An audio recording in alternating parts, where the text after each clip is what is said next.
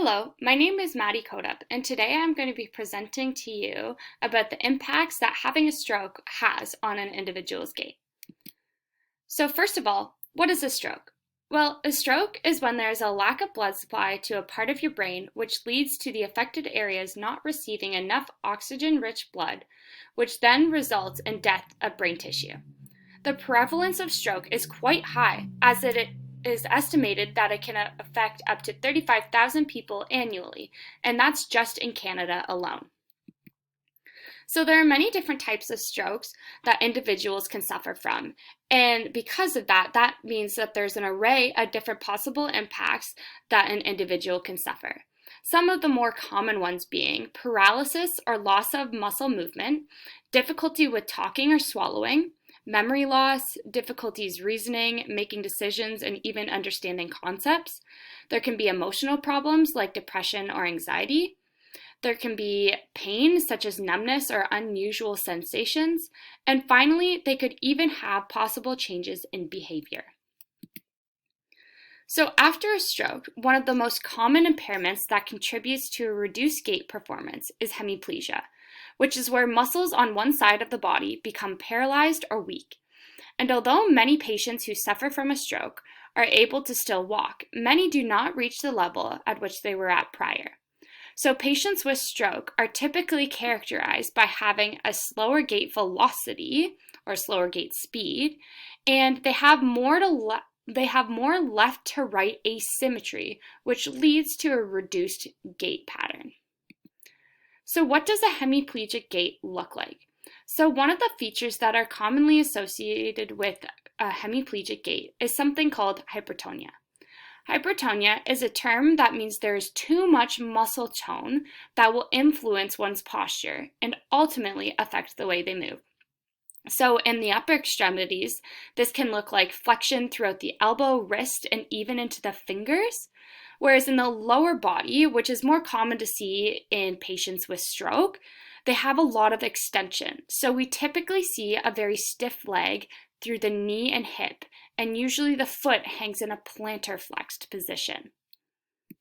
So next, we'll look at the different patterns within a hemiplegic gait. So the first one being a decrease in hip extension throughout the stance phase.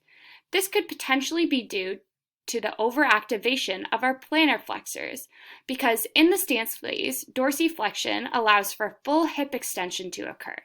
But in a hemiplegic gait, since there is increased activation of those plantar flexors, that then prevents dorsiflexion, which then prevents full hip extension from happening. Another common pattern in the stance phase is hyperextension of the knee.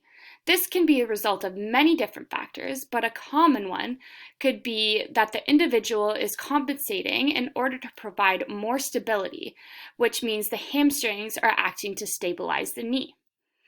During the swing phase, it is also common to see a decrease in both hip flexion and knee flexion, and this can be due to our hip extensors and knee extensors being overactivated.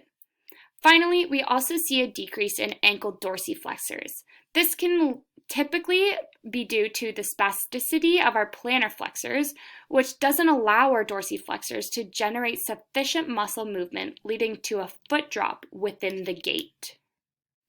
So while in the swing phase, our flexors of the knee and hip are limited, as well as the dorsiflexors. This can lead to a functionally longer limb, as we would have a hard time clearing the foot throughout the swing phase. And this is in a hemiplegic gait, of course. This can lead us to adapt a gait tour to accommodate for this functional change in leg length. So mechanisms that will compensate for this are things like hip hiking, lateral tilt of the trunk, or circumduction. So something like hip hiking is where you lift one side of the pelvis up to achieve foot clearance of the functionally long leg. With that, you may get some swaying of the trunk to help accommodate that as well. Another detour is circumduction, and this is where you swing your leg around instead of it coming straight through. So it involves turning the hip into external rotation and using our adductors to swing that leg around. So again, the effects of stroke are very, very individualized, and therefore the rehab for the strokes varies from person to person. So again, just some common ones are interventions like different types of treadmill training can be used to improve outcomes like speed and endurance in gait. Locomotor training can be used, which is a rehab intervention that includes walking on a treadmill with an assistant to help with stepping patterns. You can use external technology devices that can be used to help achieve a more independent gait. So, for example, a device called the ankle bot was created to allow for more ranges of motion within the ankle. There are different types of strength training, such as circuit or power training, to help build strength of the muscles used in walking. There are different types of sensory, cognitive, or motor feedbacks that can be used. So things like biofeedback, mental practice, or different rhythmic auditory cueing can help balance and coordination of the gait. And finally, electrotherapies to help with motor nerve stimulation to increase strength, motor control, and decrease spasticity. To finish off the presentation, we will look at a real story of an individual who has suffered from a stroke. So this is Glenn Jackson. He's actually my grandpa, and this is why I took a particular interest in this area of research for this project. So my grandpa suffered from a stroke back in 2013, and due to the repercussions of it, he had to alter many of his daily activities that he performed. Both my grandpa's gait and balance were affected to the point where he is reliant on a walker to move about nowadays. He also suffers from some residual nerve pain that he encounters on a daily basis. Although my grandpa isn't able to do his activities independently anymore, he has persevered and adjusted to his new lifestyle, and he continues to push through every single day with a smile on his face. I'll now show you a short video of my grandpa sharing his own personal experience of his journey through the stroke. We're on. Can you tell me how your stroke has affected your activities, things you like to do over the years? Yes, probably the biggest impact has been on my outdoor activities, especially my wife Sheila and myself used to love to go downtown and walk up and down Princess Street, but I can't do that now because I need assistance, either a cane or a walker. Uh, Things like golfing, we used to golf almost every other day in the summer, just loved it. But I can't do that now because if I swing a club, I'll probably fall over because the stroke has affected my balance. The other thing, I used to do a lot more hunting, but I can't do that now because of the stroke. I can't go back into the woods and walk, and hunt like I used to. So I've given up a lot of that. This year I haven't done it at all.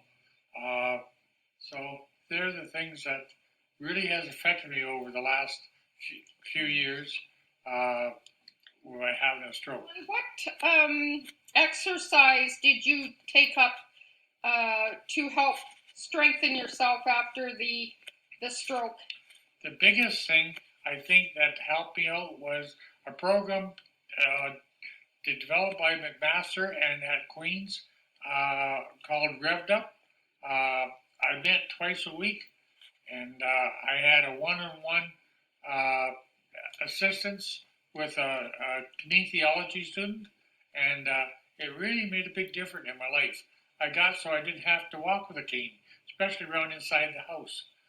I keep forgetting that I had to use a cane and that, but since the COVID, that program was shut down from Queens in a couple of years ago, so I haven't done any of those exercises and stuff, and I really noticed the difference.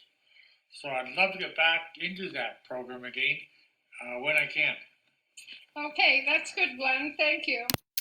These are my references, and that concludes the ends of this presentation. Thank you for watching.